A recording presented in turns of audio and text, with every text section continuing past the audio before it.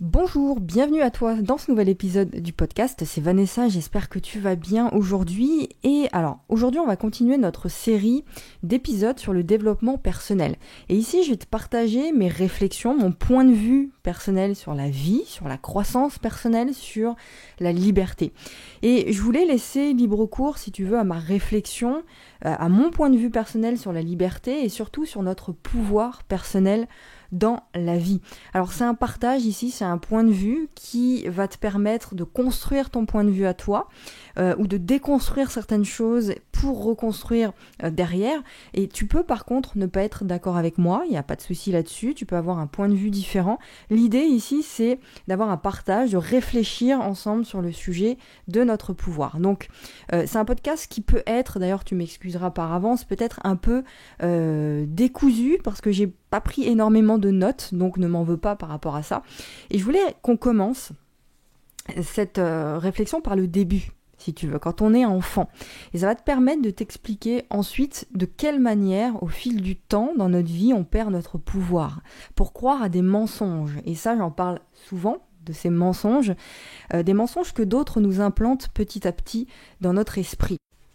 Et du coup, pour ça, je voulais te citer en fait le livre, un passage du livre La Voie de la connaissance de Don Miguel Ruiz.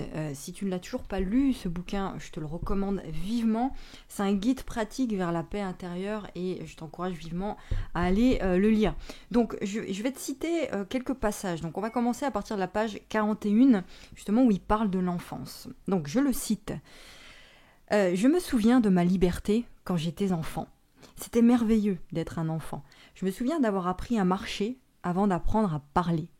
J'étais comme une petite éponge essayant d'apprendre tout. Je me rappelle aussi de la façon dont j'étais avant d'apprendre à parler. Petit enfant, j'étais entièrement authentique. Je ne prétendais pas être ce que je n'étais pas. Ma tendance était le jeu et j'évitais ce que je n'aimais pas. Toute mon attention était concentrée sur ce que je ressentais et je pouvais voir les émotions émaner des autres gens. Nous pourrons appeler ça l'instinct, si nous voulons, mais c'était une sorte de perception. Je me rappelle aussi, je m'éveille, je vois le visage de ma mère, je me sens inondée par un désir de l'étreindre. Je ne savais pas que l'on appelait cette émotion amour. Mais c'était un amour totalement naturel. Je ressentais la même chose au sujet de mes jouets, du chat, du chien aussi.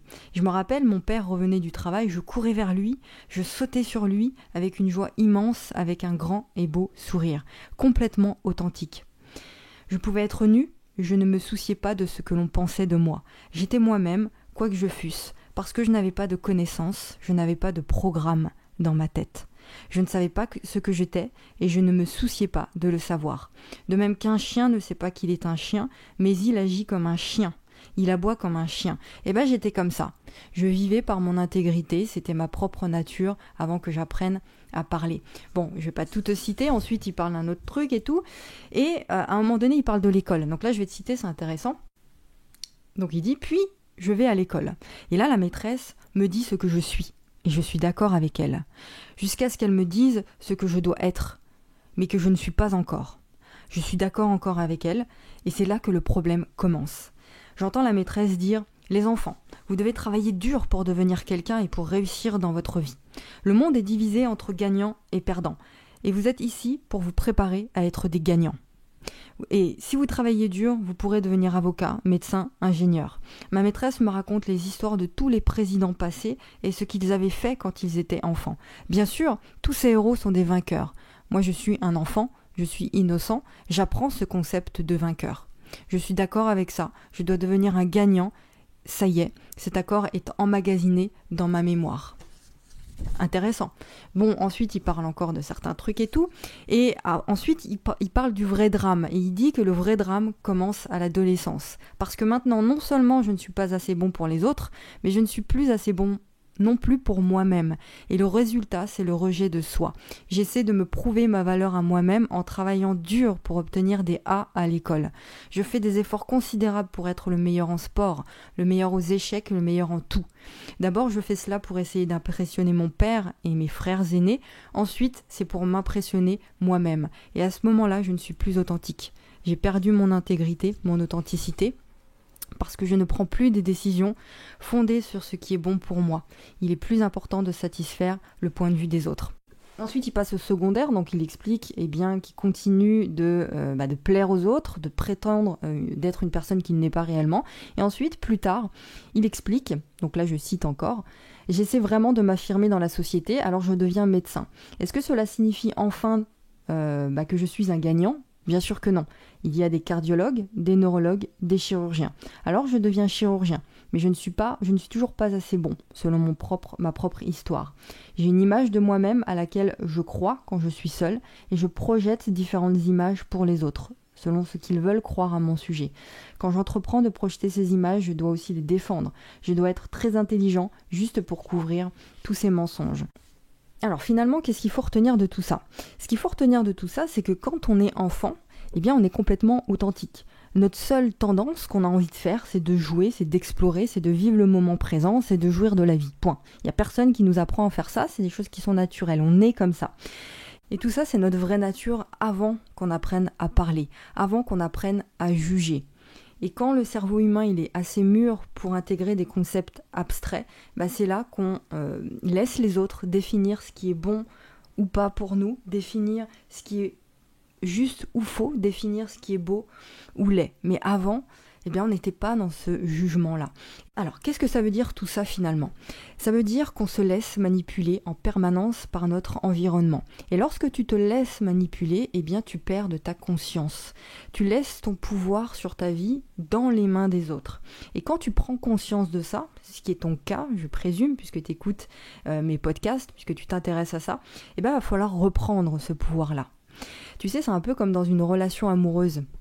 Avec par exemple une personne qui te manipule, un pervers narcissique par exemple, quand tu prends conscience de ça, tu te dis mais pourquoi j'ai pas réagi à temps ? Pourquoi est-ce que j'ai pas mis de barrière ? Pourquoi je me suis laissé influencer ? Pourquoi j'ai laissé cette personne décider pour moi ? C'est exactement la même chose. Tu te dis voilà, c'est à moi de décider et à moi seul de ce que je veux être et de ce que je serai dans le futur. Quand tu es dans cet éveil de conscience en général dans ta vie, tu sais qu'en réalité tu as des pouvoirs sur ta propre vie. Tu le sais, sur tes pensées, sur ce que tu ressens sur toi-même. Et tu te rends compte au final que autour de toi, autour de nous dans cette société, il y a certaines personnes qui vont se servir de toi. Alors consciemment ou inconsciemment, d'accord, en fonction des personnes, en fonction des intérêts de chacun. Donc pour te faire croire le contraire, c'est-à-dire pour te faire croire que tu n'as pas de pouvoir. Donc on va nous imposer des choses en nous faisant peur, en créant des émotions chez nous, des émotions de colère, des émotions de peur, des émotions d'amour aussi, de haine, des émotions telles que la peur d'être différent, la peur d'être rejeté. Ils utilisent pour ça les médias, ils utilisent etc. Bon, on va pas rentrer dans tout ce détail-là parce que voilà, il faudrait que je crée une autre chaîne YouTube pour parler de tous ces sujets-là, mais c'est comme ça que fonctionne un manipulateur, si tu veux, et c'est comme ça que fonctionne aussi le système dans lequel on vit. Et si tu n'en prends pas conscience, tu vis comme la plupart des gens, comme 95% des gens, en mode robot, en croyant que le système finalement est pas si mauvais que ça, il est bon, il est fait pour moi, puisque c'est celui qui met en avant l'école, c'est le système qui met en avant les médias, donc c'est forcément bon, le journal télévisé, etc. Donc le système, il joue sur cette peur pour faire en sorte de te garder dans le moule, pour faire en sorte que chaque personne soit identique, que chaque personne pense de la même manière, pour être plus facilement manipulable. Parce que si tu as un groupe de personnes qui font la même chose et qui pensent de la même manière, c'est plus facile de les manipuler, de les influencer à souhait. Donc reprendre son pouvoir et sa liberté, c'est comprendre comment fonctionne le monde pour se donner une place, se donner une chance. C'est comprendre un minimum, parce qu'on ne pourra jamais tout comprendre, et c'est pas le but non plus, mais en tout cas c'est s'éveiller un minimum à ça, pour prendre ta place, d'accord ? Reprendre son pouvoir aussi, c'est être bienveillant avec soi, c'est se définir par soi-même, c'est apprendre, tout ça, c'est avoir aussi une envie irrésistible d'être qui on est, comme on est. Décider de se lancer dans des projets qui nous tiennent à cœur si on le désire, c'est à toi de décider tout ça. Et puis c'est aussi à toi d'être assez fou pour y croire, d'ailleurs, même si personne n'y croit, même si personne d'autre ne fait le même projet que toi. Donc c'est à toi de décider comment tu vas te comporter dans la société, comment tu vas te comporter dans ton job, dans ton métier, comment te comporter avec telle ou telle personne, et tu n'as pas à baisser tes standards de réussite pour les autres. Si d'autres personnes ne s'adaptent pas à tes choix, à ton mode de vie, c'est que ces personnes ne te correspondent pas, tout simplement. C'est pas qu'elles sont mauvaises ou je sais pas quoi, ça veut pas dire ça, c'est pas un jugement de valeur, c'est tout simplement qu'elles ne conviennent pas à ton choix de vie. Et ça, faut l'accepter. Donc, se redonner du pouvoir, créer sa liberté, ça signifie se concentrer sur soi, sur ses projets, sur ce que l'on veut vraiment apporter au monde. Et c'est pas uniquement jouer le robot, c'est pas uniquement exécuter des tâches comme on nous le demande tout au long de notre vie, des tâches qui n'ont aucun sens. Ça signifie aussi que si tu te concentres uniquement dans ta vie sur ce que pensent les autres, sur ce que pense la société, sur ce que pensent tes parents, sur ce que pense ton conjoint, etc., ça veut dire que tu n'as pas repris le contrôle sur ta vie et que cette notion de liberté d'action, de liberté de penser, elle n'est pas acquise. Elle est intellectualisée, mais elle n'est pas réellement acquise. Écoute bien ça, parce que c'est fondamental. Il y a personne sur cette terre qui a réellement le pouvoir de t'empêcher de faire ce que tu veux réellement. À part si tu acceptes volontairement qu'on t'en empêche. Volontairement. Ça veut dire quoi? Ça veut dire que les gens ont le pouvoir que tu leur accordes. C'est tout ce que ça veut dire. Et en réalité, ils n'en ont aucun de pouvoir, puisque c'est toi qui décides. C'est toi qui prends la décision finale. Et la société, elle est organisée comme ça. Elle est organisée de telle sorte qu'on te fait croire que tu n'as pas le choix. Qu'on te fait croire que tu n'as pas le droit de choisir. On invente des cases, on invente des schémas de pensée, on invente des parcours qu'il faut suivre et on te dit tu dois t'insérer dans ce parcours-là pour être respectable. Si tu ne fais pas partie de ce parcours-là, tu ne peux pas être quelqu'un de respectable. Mais tout ça, c'est faux. Tout ça, c'est des choses qui ont été inventées. Donc imagine que la plupart des gens, ils se connaissent pas. La plupart des gens, ils savent pas vraiment qui ils sont, ils savent pas vraiment où est-ce qu'ils vont, où est-ce qu'ils veulent aller. Donc c'est très facile de les manipuler. Tu vois, et d'en faire ce qu'on veut.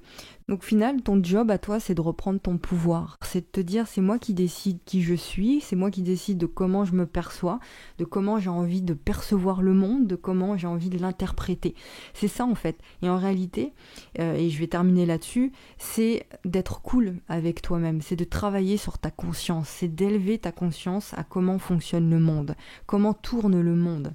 C'est super important ça, le rôle de chacun dans ce monde. Après, encore une fois, l'idée c'est pas de tout savoir, c'est pas possible et c'est pas ça. Mais c'est de s'éveiller un minimum à tout ça. C'est de travailler sur sa conscience, d'accord? De comprendre le rôle de chacun dans ce monde et pourquoi certaines personnes, pourquoi certains groupes, certaines institutions font ou disent telle ou telle chose. C'est important de s'éveiller à ça pour reprendre ton pouvoir. Donc sois bienveillant, sois aimant envers toi, récompense-toi pour tes petites victoires, accepte d'avoir ta propre opinion, de l'exprimer surtout, parce que tu as le droit de prendre ta place. Et prendre sa place, c'est exprimer ses opinions, c'est exprimer qui l'on est finalement, et c'est être pleinement soi. Parce que c'est ça le problème quand on est manipulé, que ce soit par une personne ou par un système ou un groupe de personnes, c'est qu'on nous fait croire qu'on ne peut pas penser par soi-même, qu'on ne peut pas avoir d'opinion. C'est de nous faire croire aussi que d'autres sont mieux placés que nous pour prendre des décisions à notre place. On te fait croire qu'un seul homme, il est capable de choisir pour tout le monde. Tu te rends compte de ça en fait? On t'explique que quand tu vas élire le président de la République, on te dit que t'as pas de pouvoir sur ta vie finalement et que d'autres en ont, et que tu vas mettre un bulletin dans une urne pour élire quelqu'un qui, soi-disant, va être plus apte que toi à mener ta vie, à prendre des décisions pour toi. Donc tu vas élire quelqu'un qui, lui, sera apte à le faire. Donc attention, moi j'ai pas la parole d'évangile, mais je pense que pour se sortir de tout ça, pour guérir de tout ça, faut être capable de se dire, voilà, qu'est-ce que je suis, qu'est-ce que je décide et qu'est-ce que je veux là, maintenant, sans tenir compte de ce que les autres pensent ou sans tenir compte de ce que les autres veulent que je sois, si tu veux. Et c'est de se dire, si j'étais libérée là de tout ce conditionnement, si je devais recommencer de zéro, qu'est-ce que je ferais ? Quel métier je ferais, quelle entreprise je créerais, quel choix je ferais pour moi, pour ma famille, pour mes enfants et comment je me percevrais. Et plus tu vas décider de devenir libre, plus tu vas bousculer les autres, parce que les autres ils sont pas prêts pour ça, d'accord ? Parce que toi tu vas t'affirmer maintenant, tu vas affirmer ton opinion, tu vas être qui tu es, et tu vas décider d'être vraiment toi. Et ça forcément, les autres ça va pas leur plaire, parce que les autres ils aimeraient que tu sois différent. Tu vois, ça les gêne. Et finalement c'est ça être libre. D'accord ? C'est un peu comme si tu étais au volant de ta propre voiture, ton véhicule, mais qu'au final, il y a d'autres personnes qui te disent où aller. D'accord ? Donc on te dit par exemple, tu vas à droite, tu vas à gauche, là tu t'arrêtes, mais toi, tu n'es pas obligé de les écouter, ces gens-là. C'est toi qui as la décision finale, parce que c'est toi qui as le volant, c'est toi qui as les pédales. Ok ? Donc la décision finale, elle te revient.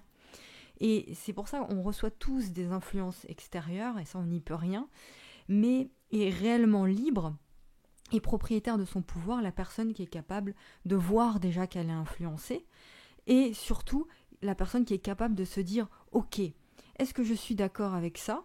Oui ou non ? Et si je ne suis pas d'accord avec ça, je vais contester, je vais me protéger et je vais faire autrement. C'est tout. Il n'y a rien d'extraordinaire et c'est ça la liberté. Ça commence par ça. C'est du bon sens en fait. Mais ce bon sens, justement, on l'a un petit peu perdu. Il faut le retrouver. Donc n'aie pas de doute, je terminerai là-dessus, n'aie pas de doute sur le fait que c'est toi qui as le pouvoir. C'est toi qui as les rênes de ta main. Ne sois pas dupe de ça et décide de faire ce que tu veux vraiment. Tu peux décider du coup de changer de vie maintenant, de partir, de changer de lieu, de changer le regard que tu portes sur le monde, sur toi-même et de décider de dire ce que tu as envie de dire. Voilà. C'était mes réflexions du moment. J'espère que ça a pu t'aider tout ça, que ça a pu t'éveiller à d'autres choses peut-être. Et sur le fait de reprendre ce qui t'appartient, sur le fait de reprendre le pouvoir sur ta vie, parce que ça t'appartient de droit ça. Et de te dégager de toutes ces manipulations extérieures, de tous ces gens autour de nous qui en réalité n'ont pas de pouvoir sur nous. Ils peuvent nous influencer, ok, mais la décision, elle nous revient. Et c'est ça en fait, tout est une question de décision, de conscience et de choix. Paye-toi le luxe de choisir, c'est vraiment ça finalement, c'est de ça dont il s'agit.